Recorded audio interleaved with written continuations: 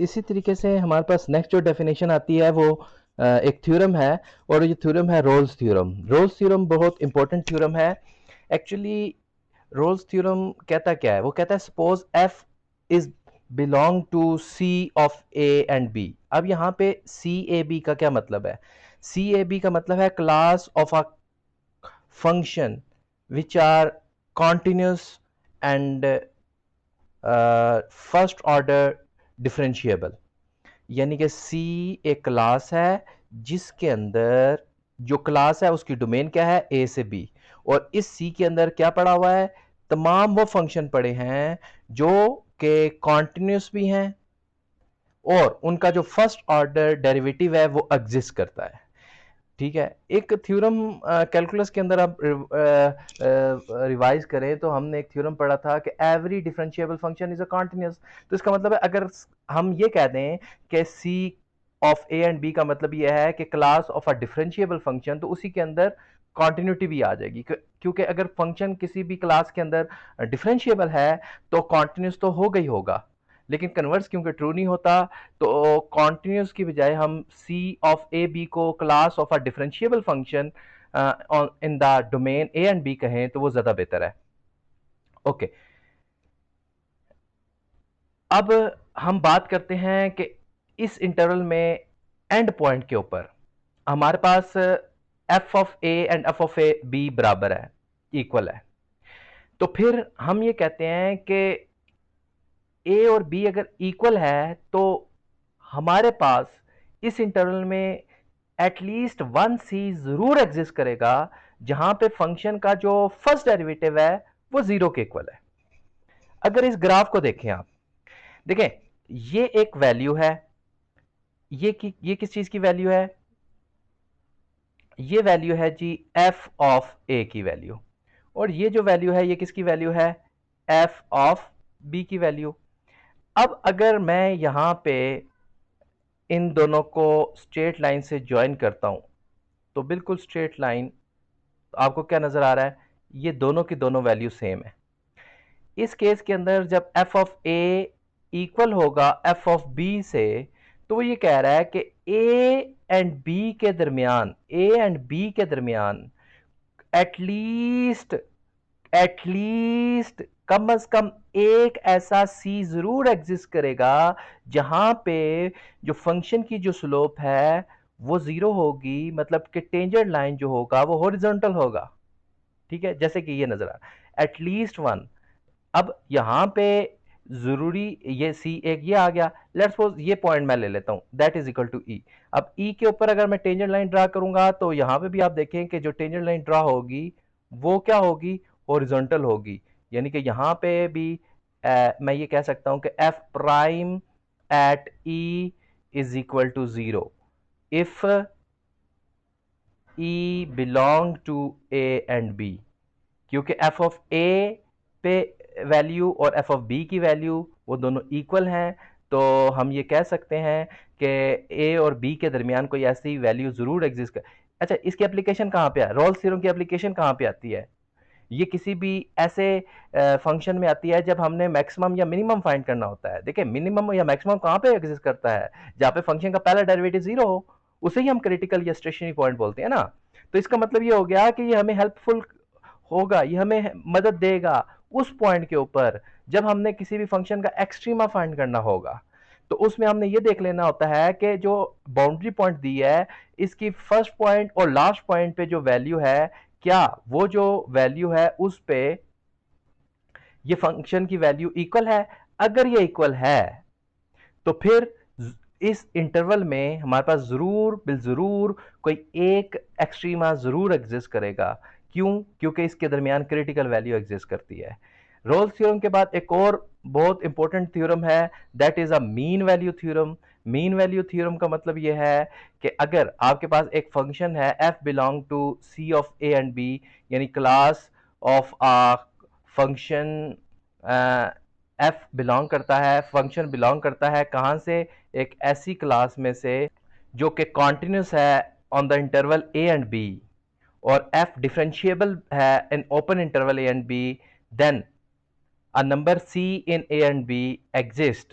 यहाँ पे इंपॉर्टेंट चीज, यहाँ पे ये नहीं कहा गया कि एफ ऑफ ए जो है वो इक्वल है एफ ऑफ बी से।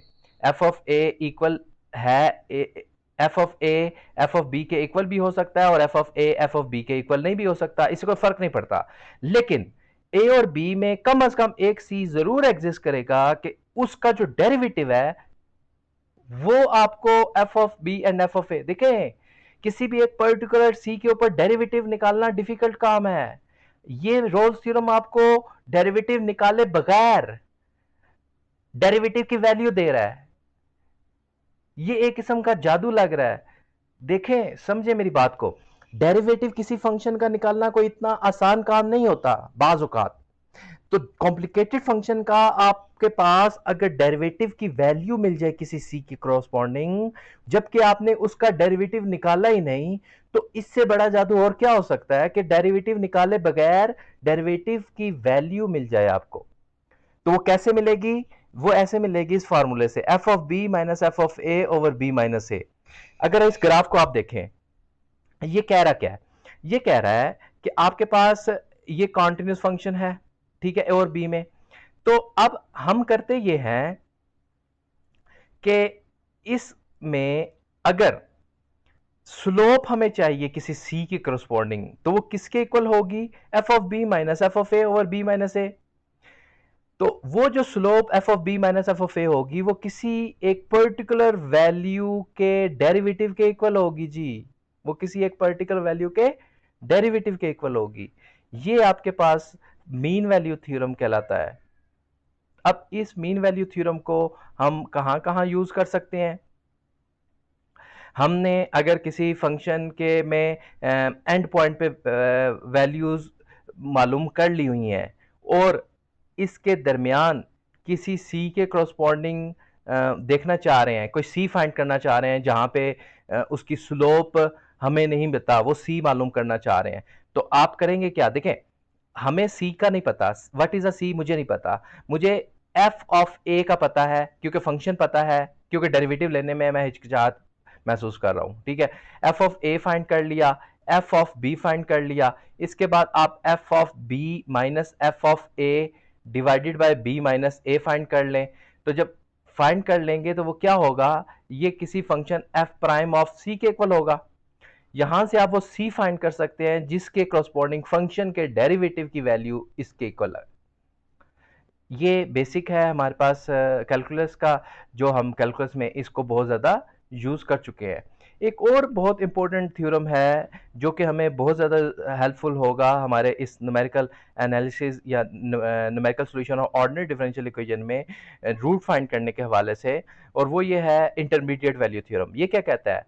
ये कहता है कि अगर आपके पास एफ है, फंक्शन है, और वो फंक्शन बिलोंग करता है कहाँ से? continuous class of a and b में, close interval a and b में, and k is any number between f of a and f of b, point to be noted, ये k f of b, यहाँ पे a and b की बात नहीं हो रही। पहले दोनों थ्योरम में जो c था वो a और b के दरमियान में था, यहाँ पे f of a and f of b, f of a and f of b का मतलब क्या है? मेरी बात सुने, आपके पास लेट्स सपोज ये एक ग्राफ मैं ड्रा कर रहा हूँ, ठीक है, ये एक फंक्शन है, एफ ऑफ ए मेरे पास ये वैल्यू है, that is called a F of A, और ये वैल्यू मेरी है F of B, F of B, ठीक है।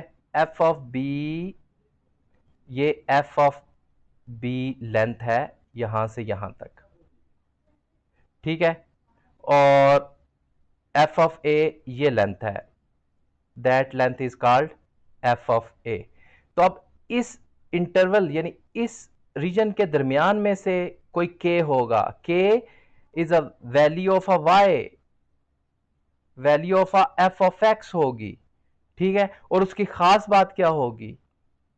There exist K in between F of A and F of A, then there exist a number C in A and B for which F of C is equal to के।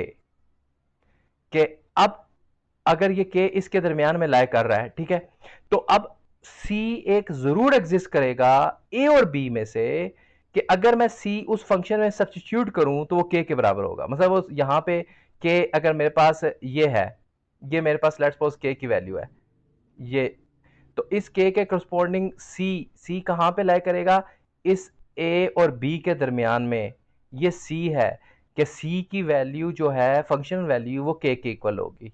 ये बहुत बड़ी application है root find करने के हवाले से।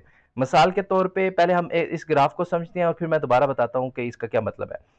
ये वही वाला ग्राफ है जो मैंने अभी आपको समझाया कि ये हमारे पास एक पॉइंट है A and F of A, और ये हमारे पास फंक्शन है B and F of B.